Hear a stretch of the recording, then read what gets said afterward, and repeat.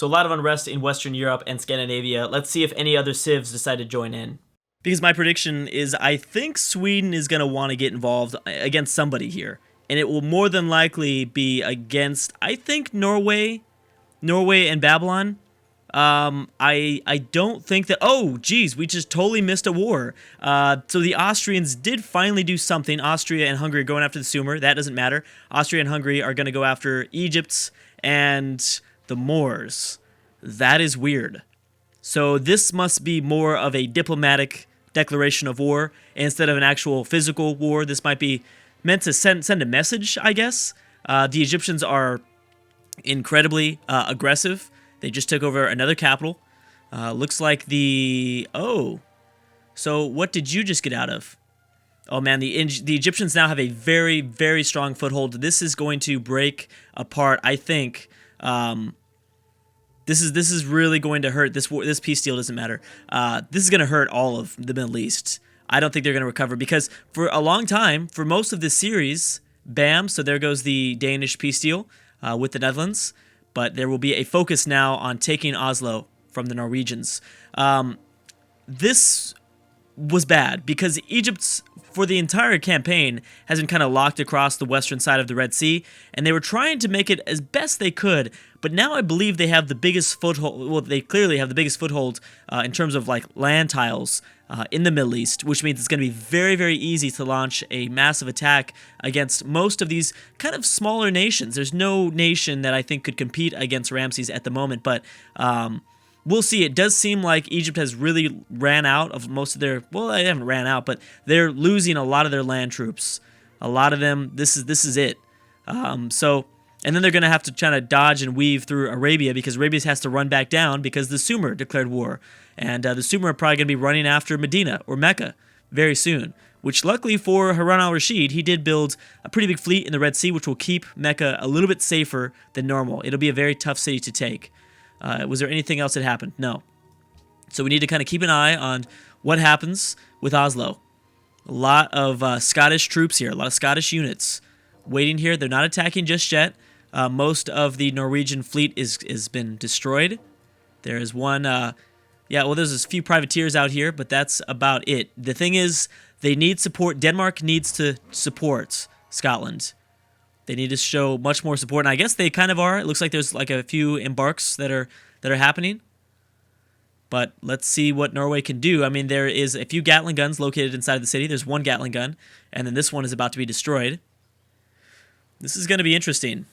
This would be a very big pickup. I am reluctant to say that we have a new power here in the West, but it's very likely. I mean, we could argue. I'm sure there's some people that would argue that yeah, there is. Oh, what did you do? Did you have a bunch of units get destroyed? Did you kind of retreat a little bit? I don't know what happened, but this Gatling gun did instant heal, which brought him back to the red after Scotland attacked.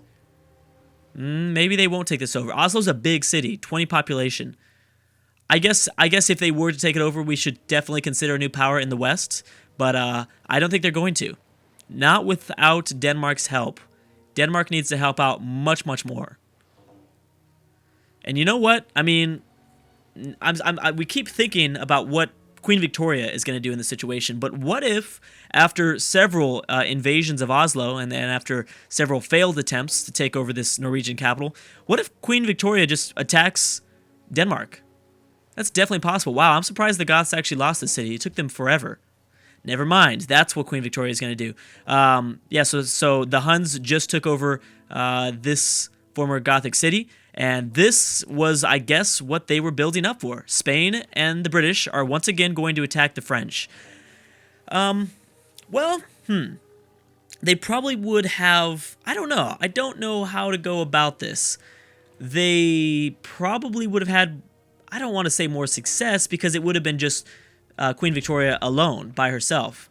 I'm looking for the Bohemian alliance because I can't remember off the top of my head. Oh, Bohemia is by himself fighting, yeah, that's right, Portugal and the Umayyad. So that doesn't matter. Bohemia will be fine. That was just the war that was declared. Yeah, I guess either way, because now you have, that's a smart war to declare for the Spanish-British alliance because they're both getting to contribute They both get to contribute to attack. And I think they're going to have much more success than before. Ooh, world religion, Catholicism, being enacted by, is that the Moors? No, that's not. No, that's Bohemia. I apologize. That'd be very funny though. Just like that'd be very ironic if it was the Moors trying to enact, Catholicism. If they adopted Catholicism and they are here in Iberia, and yeah. Also, I didn't realize this. I don't think we talked about this. Islam has taken over all of Iberia. Yeah, that is not irony. I think that is not irony. I think. Oh, yeah, it is. Yeah, maybe. I don't know. So and Catholicism is very dominant in Western Europe. We haven't really been talking about religion too much. Hinduism having an okay holds. The Papal State, I think, adopted Hinduism, right? Yes, they did. That's the Holy City. Yeah, Catholicism very strong here. Wow. Wait, what the heck? Have we not checked over religion? 74 cities. Holy crap, that's huge. Buddhism at 35 here in the Middle East, and then Islam in northern West Africa. That's very cool. Wow, I didn't even look at that. Maybe we should look at that again, maybe in the next video or in a few videos from now. But this is pretty much the height at which religion will be in the game, around turn 340. It's already starting to decline. At least the benefits that you get from your religion, depending on what beliefs you chose.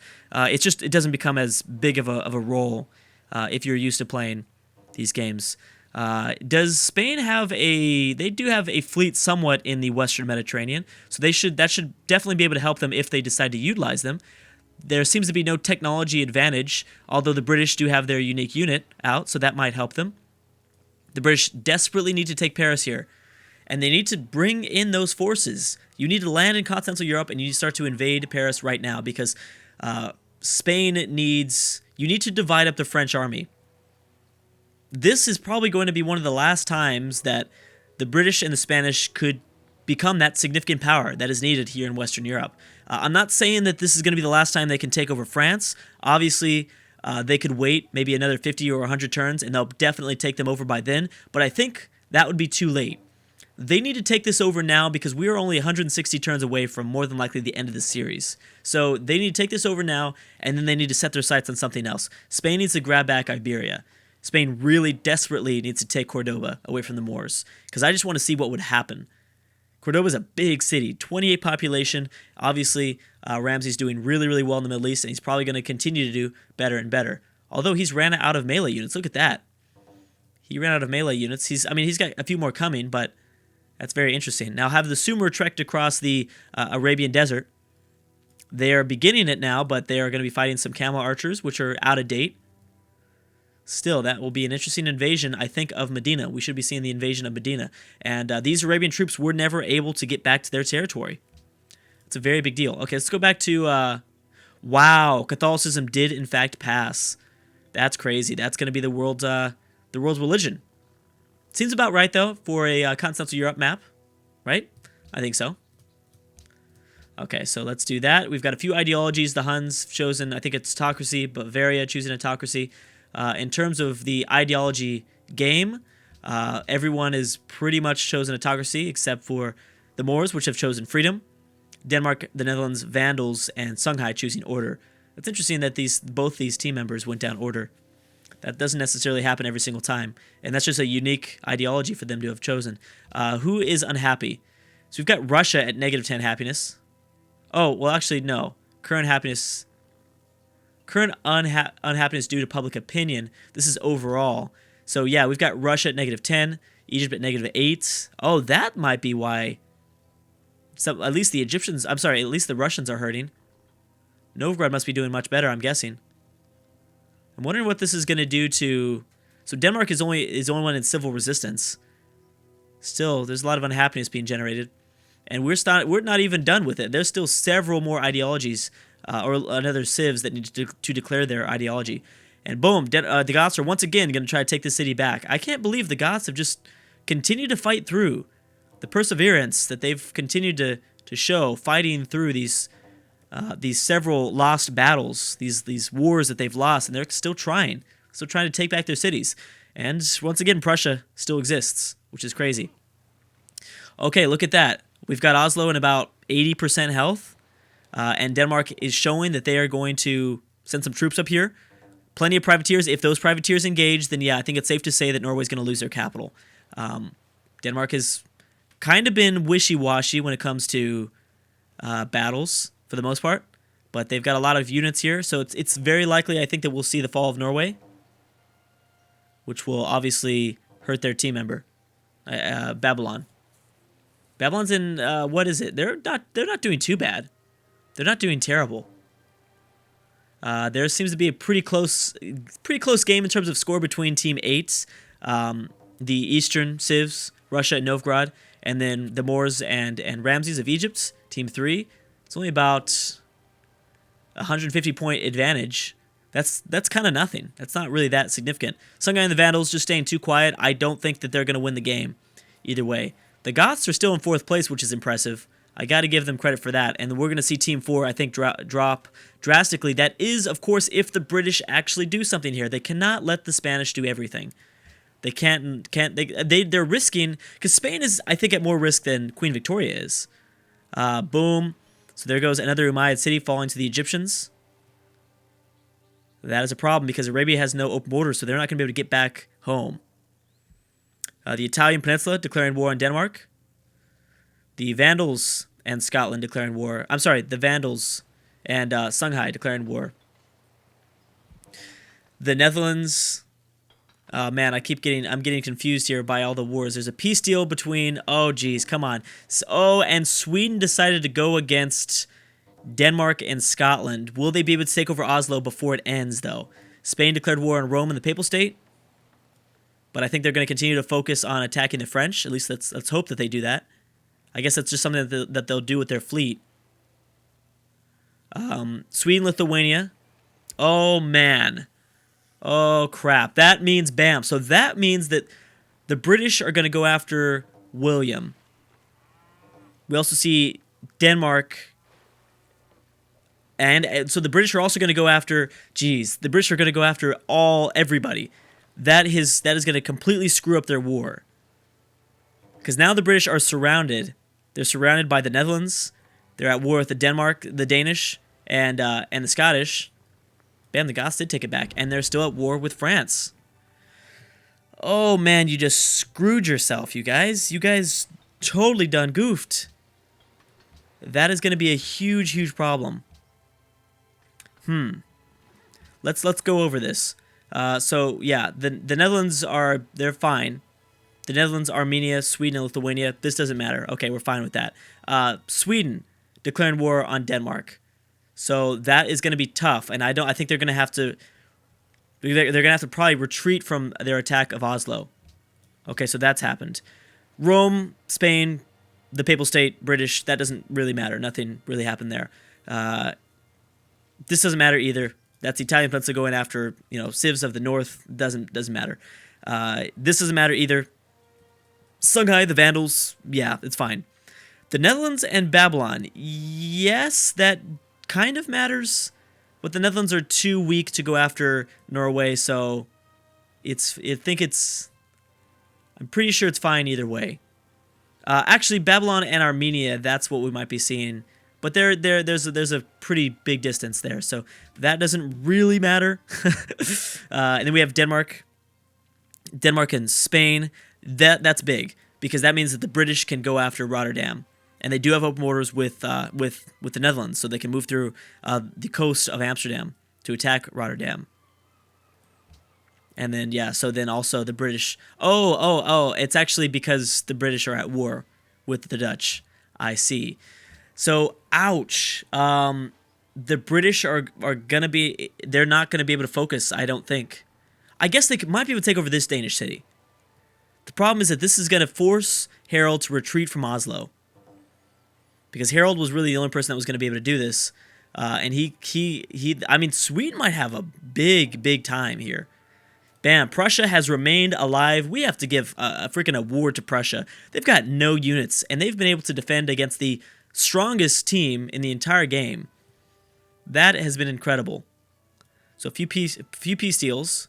Yeah, Western Europe has just broken out into huge wars. Let's see if Austria decides to join in. So I think the British still might have an advantage if they just stick on the British Isles and focus on taking over Denmark, and then focus on taking over Scotland, the Scottish capital. Spain is going to continue to focus, I think, on the French, on southern France, whereas the British are already in northern France, so I guess they're just going to stay here. Ooh, you know what? This, if the AI targets the right cities, don't go, just leave the Netherlands alone, then this might be interesting. The problem is that there's no way the British are going to have success against Paris because the Dutch will be firing upon them with artillery weapons.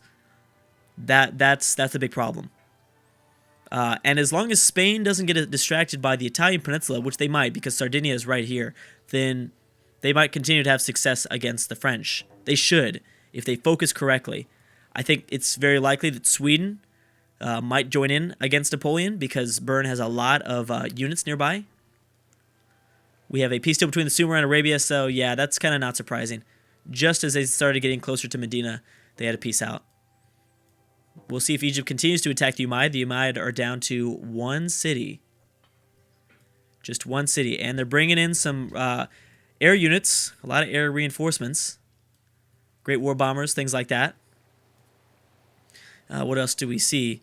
So we have Rome. Oh, that's actually interesting. So Rome and the Papal States now going after the Greeks and the Goths. GG.